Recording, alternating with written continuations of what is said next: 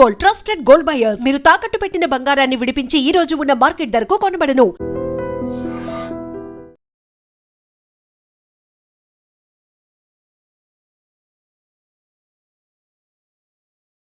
నమస్తే, welcome to I dream. ప్రస్తుతం స్టూడియోలో ఉన్నారు అనలిస్ట్ అంబటి శ్రీనివాస్ గారు. మాట్లాడదాం. సార్ నమస్కారం. నమస్తే. అంబటి శ్రీనివాస్ గారు, అమెరికా ఇరాన్ యుద్ధం ఎప్పుడు ఆగిపోతుందా అని చెప్పి అందరూ ప్రపంచ దేశాలు కూడా వెయిట్ చేస్తూ ఉన్నాయి. ఎప్పుడైనా అది శాంతి ఒప్పందం కుదిరితే బాగుండు అని చెప్పి అందరూ చూస్తూ ఉన్నారు. ఇలా అవుతుంది అనుకుంటున్న టైంలో మళ్ళీ ఒక్కసారి రెచ్చిపోయి ఒకళ్ళ మీద ఒకళ్ళు దాడులు చేసుకుంటున్న పరిస్థితి. ఇప్పుడు మళ్ళీ ఫిబ్రవరి 28వ తారీఖు తర్వాత ఎలాంటి పరిస్థితులు ఉన్నాయో ఇప్పుడు మళ్ళీ అవే కనిపిస్తూ ఉన్నాయి. ఇప్పుడు ఏంటి సార్, ఇది ఎప్పటికీ ఎండకాడు పడుతుంది, ఏమంటారు మీరు? ఇది మీరు అన్నట్టుగా మొన్నటి వరకు ఇంటర్నేషనల్ లెవెల్లో ఒప్పందం అయిపోయింది, అంత ప్రశాంతం అనుకున్నారు. అది మనకు కూడా ఏమైంది, ఇంటర్నేషనల్ ఎకానమీ కూడా బ్యాలెన్స్ అయింది. మొన్నటి వరకు అన్నీ అంటే ఎకనామికల్ ఇవన్నీ పెరిగిపోయినాయి, ఇంక్లూడింగ్ మనం తీసుకుంటే ఫ్యూయల్ ప్రైసెస్ కూడా పెరిగిపోయినాయి, అన్నీ పెరిగిపోయినాయి. సో కష్టం కూడా అయిపోయింది. సో ఆల్ కంట్రీస్లో కూడా ఇది వాళ్ళు అనుకున్నారు ఇది ఎప్పుడు అవుతుంది అనేది. ఇదే మీరు అడిగిన క్వశ్చన్ వేసిర్రు. సో ట్రంప్ అన్నాడు, మెయిన్ క్యారెక్టర్ ట్రంపే ఇక్కడ. ఓకే, సో ఆయన అన్నాడు కూడా అన్ని దేశాల రిక్వెస్ట్ ప్రకారం మనము దాన్ని క్లోజ్ చేద్దాము, అంతే అయిపోయింది కూడా అన్నాడు. కానీ దాన్ని ఇరాన్ వాళ్ళు కాంట్రడిక్ట్ చేశారు, లేదు లేదు ఇంకా అంత అగ్రిమెంట్ కాలేదని. అంటే వీళ్ళు ఇన్ని దేశాలను ఇబ్బంది పెట్టకూడదు. మేజర్ కంట్రీస్, ఒక్కొక్క కంట్రీ నుండి చాలా కంట్రీస్కి ఇప్పుడు మన ఏమంటాము ఎకనామికల్ ఇష్యూస్ అన్నీ పడిపోయినాయి. స్టాక్ మార్కెట్ కానీ ఇది కానీ అన్నీ పడిపోయినాయి. గోల్డ్ రేట్ కూడా పడుతూనే ఉంది చూడండి. ఆ మధ్యన గోల్డ్ సిల్వర్ అట్లా వెళ్ళింది, పెరిగింది. మన ప్రైమ్ మినిస్టర్ మోదీ గారు కూడా అన్నారు, మీరు గోల్డ్ పిచ్చి తగ్గియండి అంతా అని. అంటే అందరు కొద్దిగా కొనొద్దు అన్నాడు. కొన్ని వాళ్ళు ఎందుకు చూస్తున్నారు కదా. ఇప్పుడు మీరు సడన్గా చూడండి, ఇప్పుడు సోలార్ పవర్ మీద కూడా సెంట్రల్ గవర్నమెంట్, స్టేట్ గవర్నమెంట్ చాలా స్పీడప్ అయిపోయింది. ఇప్పుడు మన రేవంత్ రెడ్డి గారి గవర్నమెంట్ కూడా మొత్తం స్పీడప్ చేసింది టు ప్రమోట్ సోలార్. ఎందుకంటే మనకు ఈ గల్ఫ్ కంట్రీస్ నుండి వచ్చే ఫ్యూయల్ తగ్గిపోయింది, రేటు పెరిగిపోయింది. ఇవి ఎంతోమందిని అంటే అది గ్యాస్ మీద ఎఫెక్ట్ పడింది, కామన్ మ్యాన్ మీద ఎఫెక్ట్, కామన్ మ్యాన్ మీద చాలా పడింది అది. అవును. ఓకే, దాన్ని మన గవర్నమెంట్ అయితే సెంట్రల్ గవర్నమెంట్ యాక్షన్ తీసుకుంది, కొద్దిగా ప్రమోట్ చేస్తున్నారు. కానీ ఇంకా చాలా విషయాలు ఉన్నాయి. ఇవన్నీ ఇంటర్నేషనల్ రిలేషన్స్ కానీ ఎకానమీ కానీ అంతా ఇబ్బంది. అదే కాకుండా ప్రాణ నష్టం జరుగుతూనే ఉంది. మిగతావంటే నాన్ లివింగ్ థింగ్స్ అంటే ఇప్పుడు ఏదో తెచ్చుకోవచ్చు, కానీ ప్రాణ నష్టము జరుగుతుందని నడుస్తూనే ఉన్నది. సో ఇది వాళ్ళు అంటే ఈ 2 కంట్రీస్ ఈవెన్ కొందరు మీడియేట్ చేస్తున్నారు, మన ఇండియన్ గవర్నమెంట్ కూడా మీడియేట్ చేస్తున్నది, అందులో మేజర్ రోల్ ప్లే చేస్తున్నది. మన సెంట్రల్ గవర్నమెంట్ పిఎం మోడీ గారు కూడా దాంట్లో మాట్లాడుతున్నారు, చాలా జాగ్రత్తగా మాట్లాడుతున్నారు. మనకు అన్ని కనబడవు, తెర ముందు కనబడవు, కానీ everyone is putting efforts. Okay, అవన్నీ చేస్తున్నారు. ఎందుకంటే ఇంత పెద్ద పాపులేషన్కి ఎఫెక్ట్ అవుతుంది కదా. అవును, ఇదేదో 2 కంట్రీస్ కాదు ఇది. అవును, ఈ కంట్రీకి కొన్ని కంట్రీస్ సపోర్ట్ ఉన్నాయి, ఆ కంట్రీకి కొన్ని సపోర్ట్ ఉన్నాయి, అవన్నీ కూడా ఉన్నాయి. అది ఎంతవరకు పోయిందంటే ఇదే థర్డ్ వరల్డ్ వార్కి వస్తుందేమో అనంత పోయింది ఇప్పుడు. అవును, అవును, ఉన్నారు కూడా అందరూ వెపన్స్ ఇప్పుడు. కానీ మనం ఇనిషియేట్ తీసుకొని ఆ దేశాలతో చర్చలు జరిపి కొంత శాంతి కుదిర్చే ప్రయత్నం చేయొచ్చు అంటారా? మనకు ఆ సత్తా ఉందా? చేస్తున్నారు. డిప్లొమాటిక్ లెవెల్లో, ఏ లెవెల్లో అన్నీ అవుతున్నాయి. అదే చెప్తున్నారు, కొన్ని చెప్తారు, కొన్ని చెప్పారు. జనరల్గా ఇంటర్నేషనల్ అఫేర్స్లో అన్నీ చెప్పారు ఏం జరుగుతుంది, ఎందుకంటే ఆ రిజల్ట్ ఎట్లా ఉంటుందో తెలియదు కదా. కానీ మీరు గమనించండి బాగా, మన సెంట్రల్ గవర్నమెంట్ చూస్తే కొద్దిగా చాలా కేర్ఫుల్ స్టెప్స్ వేస్తుంది. ఇక్కడ ఎవరిని క్రిటిసైజ్ చేయట్లే. అవును, చేయకుండా ఇజ్రాయెల్తో బాగున్నాం, ఇరాన్తో బాగున్నాం, అందరితో అటు రష్యాతో ఉన్నది. కొద్దిగా ఇప్పుడు నిన్న మొన్న కొద్దిగా పాకిస్తాన్ ఇష్యూ రేజ్ కానీ కొద్దిగా మళ్ళీ వీళ్ళు వెపన్స్ అని అదని ఏదో జరుగుతుంది. మరి అది వేరే విషయం. కానీ యాక్చువల్గా ఈ యుద్ధం ఆపడానికి పాకిస్తాన్లో చర్చలు జరిగినాయి సార్. అది మేజర్. యాక్చువల్గా అప్పుడే అనుకున్నాం మనం, అక్కడ ఒక సొల్యూషన్ వస్తే అంటే మనం అది బెడిచి కొట్టింది. వాళ్ళే విమర్శలు చేస్తున్నారు, పాకిస్తాన్ సరైన కంట్రీ కాదని చెప్పి ఇరాన్ అంటుంది. అంటే కొద్దిగా రిలేషన్స్ ఉన్నాయి కదా వాళ్ళకు కూడా, పాకిస్తాన్కి ఇంటర్నేషనల్ రిలేషన్స్ ఉన్నాయి, అమెరికాతో కూడా ఉన్నాయి, కొద్దిగా రకరకాల రిలేషన్స్ ఉన్నాయి. కాబట్టి అది కొద్దిగా అది జరిగి ఉంటే కొద్దిగా రిజల్ట్ వచ్చేది. చాలా మంది మేధావుల అభిప్రాయం ఏంటంటే ఆ చర్చలో ఏవో భారత్ వేదికగా జరుగుంటే ఈ పాటికి కథ సుఖాంతం అయ్యేది అని. అది జరగాలంటే కూడా మళ్ళీ చాలా ఫోర్సెస్ ఒకటి కావాలా, అంతే కదా. మరి అది ఎందుకు అంటే మరి కొంతమంది ఆపుతున్నారని తెలియదు మనకు. కానీ లేదా ఇప్పుడు 2 సైడ్లు కూడా ఒప్పుకోవాలి. మరి ట్రంప్ ఇండియా మీద అంత ట్రస్ట్ ఉందని నేను అనుకోను. ఉమ్. అంతే కదా, ఆయన మనుషులు ఆయనకున్నారు, ఆయన సపోర్టర్స్ ఆయనకున్నారు. ఎందుకంటే మీరు ఏ international దేశానికి issue- ఎక్కువ పేరు వచ్చినా ఆయన సహించలేడు. ఇంకొకటి అందరికి తెలిసిన విషయం ఏంది, ఇండియా రష్యన్ రిలేషన్షిప్స్ మంచిగా ఉన్నాయి, ఇప్పటి నుండి ఎప్పుడో ఉన్నాయి. So Russia being a biggest country, అది యాంటీ యుఎస్ఏ. ఉమ్.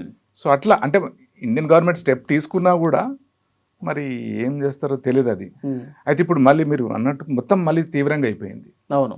ఇప్పుడు మళ్ళీ ఇంత చెలరేగటానికి ఎవరు తప్పిదం కారణం సార్? మీ అబ్జర్వేషన్ ఏంటి? సద్దుమడుగుతుంది, శాంతి ఒప్పందం కుదురుతుంది అనుకున్న ఇది- టైంలో ఒక్కసారిగా మళ్ళీ ఆ జ్వాలలు ఎగిసిపట్టడానికి రీజన్ ఎవరు తప్పు? ఏ దేశం తప్పు అంటారు? మన అబ్జర్వేషన్లో ఏంటంటే ఇది యుఎస్ డామినేటింగ్ రోల్ కోసం చేస్తుంది. ఓకే, వాళ్ళకి ఏంది ఇన్ఫర్మేషను, ఈ కంట్రీస్ ఇరాన్ నేషన్స్లో ఏమంటారు వెపనరీ ఇవన్నీ ఉన్నాయి రెడీగా. అంటే ప్రతి దేశం ఏం చేస్తుంది, బడ్జెట్ అలొకేట్ చేస్తుంది వాళ్ళ సెల్ఫ్ డిఫెన్స్ కోసం. ఆల్మోస్ట్ 40% అలొకేట్ చేస్తుంది. అది మనం యుద్ధం కావాలని కాదు, మన మీదకి ఎవరన్నా వస్తే అట్లాంటి వెపన్స్తో ఉండాలని ఉంటుంది. సో అదొక one of the reasons. Iran వాళ్ళ దగ్గర ఉన్నాయి వెపన్స్ అవన్నీ. ఇది కొద్ది పాత ఇష్యూస్ కూడా ఉన్నాయి. సో అదొక రీజన్. ఇది స్ట్రాంగ్ అవుతుందేమో ఒకటి, ఇంకా చాలా ఉంటాయి రీజన్స్ కొన్ని. సో ఇంకొకటి మీరు తీసుకుంటే స్ట్రైట్ ఆఫ్ హర్మూజ్, ఇది మరి అందరికీ తెలుసో లేదో, అక్కడ ఇష్యూ వచ్చింది, ఇప్పుడు ఇది ఆంక్షలు పెట్టింది. మనం కొద్ది దాని హిస్టరీ తీసుకుంటే స్ట్రైట్ ఆఫ్ హర్మూజ్ది, it is a place where you get expensive metals. అక్కడ దొరికే మెటల్స్, స్టోన్స్ చాలా ఎక్స్పెన్సివ్ అవి. మనం చూసినట్టయితే ఇప్పుడు ఈ అగ్రరాజ్యానికి ఆ ప్రాంతంలో కంట్రోల్ కావాలని, అందుకే వీళ్ళు టేక్ కంట్రోల్ అంటుండు కదా ప్రతిసారి. అవును అవును. చాలా కంట్రీస్ మీద నేను కంట్రోల్ తీసుకుంటా, ఇది కంట్రోల్ తీసుకుంటా అంటే ఇది ఓన్లీ ఇదేదో మనం ఏదో ఏమంటాము పిచ్చి స్టెప్ ఏం కాదు, ఇది చాలా తెలివైన స్టెప్. అవి ఎక్కడెక్కడ మీకు రిసోర్సెస్ ఉంటాయో దాని మీద ఉంటుంది. సో ఇది ఎప్పటి నుండో వీళ్ళ కంట్రోల్లో ఉంది. మీరు చూడండి ఎంత బ్యూటిఫుల్ ప్లేస్ అది స్ట్రైట్ ఆఫ్ హర్మూజ్. అక్కడ సీజన్కి అక్కడ సాయిల్ కలర్ మారుతుంటుంది. అద్భుతమైన ప్లేస్ అది. ఓకే. వరల్డ్ టూరిస్టులు వస్తారు అక్కడ అది చూడడానికి. ఓకే. ఎక్కడన్నా ఉంటుందా ఒక సాయిల్ కలర్ మారడం అట్లా అట్లా అట్లా అట్లా, అంటే ఒక పెయింటింగ్ వేసినట్లే. అక్కడ దొరికే ఇవన్నీ స్టోన్స్, రకరకాల మెటల్స్. అంటే ఎవ్రీ కంట్రీకి కావాల్సింది ఎకానమీ అండి. ఎకానమీ లేనిది ఎవరు గవర్నమెంట్, ఏ ప్రైమ్ మినిస్టర్ నడిపించలేడు. కరెక్ట్. సో ఎకానమీ లేనిది ఎవరు నడిపించలేరు. సో ఈ కంట్రీ ఏం చేస్తుంది, ఫినాన్షియల్ సోర్సెస్ని పెంచుకోవాలని చూస్తుంది. దాంతోనే మనం అన్నీ అరేంజ్ చేసుకోగలం. ఓకే. అమెరికా లాంటి బలం ఉన్న దేశాలు అవి దక్కించుకోవడానికి ప్రయత్నం చేస్తాయి. దక్కించుకోవాలా, వాళ్ళంతా ఎందుకు ఈజీగా వదిలేస్తారు? వాళ్ళ ల్యాండ్లో ఉన్నది, వాళ్ళ కంట్రోల్లో ఉన్నది ఎందుకు వదిలేస్తారు? అందుకే మీరు చూస్తే అప్పుడప్పుడు వీళ్ళు క్లోజ్ చేశాడు ఆయన. క్లోజ్ చేసినప్పుడల్లా అంటాడు ఓపెన్ చేయని అంటాడు. ఎస్ అను, అది వాళ్ళ కంట్రోల్లో ఉంది కాబట్టి వాళ్ళు పర్మిషన్ ఇవ్వాల్సిందే. ఇప్పుడు అదొక పెద్ద ఇష్యూ అవుతుంది. అక్కడ వచ్చేవే మన షిప్స్ ఇవన్నీ వస్తుంటే కూడా వీళ్ళు పర్మిషన్ ఇవ్వాలి. కానీ లక్కీగా మీరు మొదట అన్నట్టు ఇండియాకి ఈ కంట్రీస్ అందరితో మంచి రిలేషన్స్ ఉన్నాయి, ఇంటర్నేషనల్ రిలేషన్స్. అవును. సో ఇండియన్ షిప్స్ ఉన్నవాటి పర్మిట్ చేస్తున్నాడు, మిగతా వాటి పర్మిట్ చేయలేదు. కొన్ని పాకిస్తానీ వెసల్స్ వస్తే కూడా ఆపారు దాన్ని చూసి. అవును. కాకపోతే కొన్ని తాజాగా జరిగిన దాడుల్లో భారతీయులు కూడా చనిపోయారు కదా సార్. బాధాకరమైన విషయం. అవును, 3 చనిపోయారు అందులో అవుట్ ఆఫ్ 21. వాళ్ళు సీ ఫేరర్స్, అంటే షిప్లో వెళ్తున్న వాళ్ళు. అవును. అమాయకులు, యుద్ధానికి సంబంధం లేనట్టు. మనం యుద్ధం అంటే ఏంటి, యుద్ధానికి ఒక పద్ధతి ఉంటుంది, అసలు ఏ పద్ధతి లేకుండా జరుగుతుంది. అదే కదా, దీన్ని మనం అనెతికల్ యుద్ధం అనాలదు. అంతే కదా, మీరు ఏది తీసుకున్నా, మార్షల్ ఆర్ట్స్ తీసుకున్నా, యుద్ధం తీసుకున్నా, బాక్సింగ్ తీసుకున్నా సేమ్ వెయిట్ అంటాడు, సేమ్ ర్యాంక్ అంటాడు. ఎక్కడైనా కూడా కామన్ మ్యాన్కి నష్టం జరగదు. ఇది very bad. Already Indian government ఖండించింది కూడా, మినిస్ట్రీ ఆఫ్ ఎక్స్టర్నల్ అఫైర్స్ ఈరోజు కూడా ఖండించేసింది, ఇది కరెక్ట్ కాదు అని. యుద్ధం అంటే కంటిన్యూస్ అటాక్ అవుతుంది అక్కడ వాటి మీద. ఓకే. అది కంటిన్యూస్ అటాక్ అయినప్పుడు మీరు అటాక్ ఎవరి మీద ఉండాలా? ఒక వెపన్ ఉండి సోల్జర్ ఉంటే వెపన్ ఉన్న సోల్జర్నే చేయాలా? అంతే. నేను బ్లైండ్గా ఇదంతా షూట్ చేసేస్తా అంటే ఇది ఎవరు కూడా హర్షించరు. ఇంటర్నేషనల్ కమ్యూనిటీ ఎక్కడ హర్షించదు. నీ టార్గెట్ ఎనిమిని అటాక్ చేయి, no problem, because you have a threat. Okay. Trump mindset ఏంటి సార్? ఇప్పుడు మొత్తానికి ఇరాన్ లేకుండా చేసేదాన్ని ఫిక్స్ అయిపోయాడా? అంతే కదా, ఎప్పుడో ఉంది కదా, ఇది కొత్త. కానీ ఆయన వల్ల కావట్లేదు కదా. ఇరాన్ కూడా అంతే గట్టిగా తిప్పకూడదు. అంత ఈజీ కాదు, అదే కదా, అంత ఈజీ కాదు. ఎందుకంటే వీళ్ళని సపోర్ట్ చేసే నేషన్స్ కూడా ఉన్నాయిగా, అదొకటి ఉంది. ఎకానమీలో స్ట్రాంగే ఉంది, దాంతో వాళ్ళ డిఫెన్స్ సర్వీస్ కూడా స్ట్రాంగే ఉంది, మళ్ళీ పుంజుకుంటున్నారు. పుంజుకుంటారు. అంటే ప్రపంచానికి మీరు చూస్తే అమెరికాకి కూడా ఇప్పుడు ఈ ఫ్యూయల్ ప్రాబ్లం వచ్చింది, ఆల్టర్నేట్ ఫ్యూయల్కి ఆలోచించారు. అదే రిలేషన్ బాగుంటే ఆ ప్రాబ్లం ఉండేది కాదు. ఇస్తారును అంటే ఇంతమంది కంట్రీస్కి అది సప్లై చేస్తుంది కాబట్టి అది strongest economic power. At the same time అన్ని సోర్సెస్ ఉంటాయి, డిఫెన్స్ సిస్టమ్ ఉంటుంది. ఇస్తారును వాళ్ళకి వాళ్ళు ఉంటారు. వాళ్ళు వీక్ ఎందుకు ఉంటారు? ఇంటర్నేషనల్కి ఇంత సప్లై చేసిన వాళ్ళు వీక్ ఎందుకు ఉంటారండి? ఓకే, అదొకటి. అటాక్ అయినప్పుడు వేరే నేషన్స్ కూడా ఉంటాయి కదా, న్యూట్రల్ నేషన్స్ వస్తారు, ఎందుకు రారు? మీరు చూడట్లేదా రష్యా యుక్రెయిన్ ఇంకా నడుస్తుంది సంవత్సరాలుగా. చూస్తే చిన్న దేశం అది, రష్యా నుండి స్ప్లిట్ అయి ఉన్న చిన్న దేశం. అవును, వరల్డ్లో సన్ఫ్లవర్ని లార్జెస్ట్ సప్లయర్ యుక్రెయిన్. వాళ్ళ ఎకానమీ పడిపోయింది, అయినా నడుస్తుంది అంటే there are nations which are support చేస్తారు. అంతే, అది అమెరికా కూడా సపోర్ట్ చేస్తుంది. అన్యాయం జరిగినప్పుడు మనం కూడా ఎవరో మా అమ్మాయి కూడా అన్యాయం జరుగుతూ మనము వాయిస్ రేజ్ చేయమండి. మనం వాళ్ళకి ఏం చుట్టాలు అవసరం లేదు రోడ్డు మీద.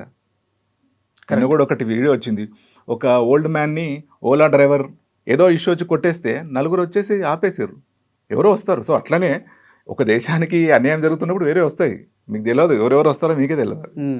అంతే కదా, స్ట్రాటజీ మీకున్నా కూడా ఉంటుంది. కాకపోతే ఇది మళ్ళీ మొదటికి వచ్చి ఇప్పుడు మళ్ళీ చాలా ప్రాబ్లమ్స్ వస్తాయి. ఇంకా మన దేశానికి కూడా ఎఫెక్ట్ ఉంటుంది అంటారా భవిష్యత్తులో ఇట్లాగే జరిగితే?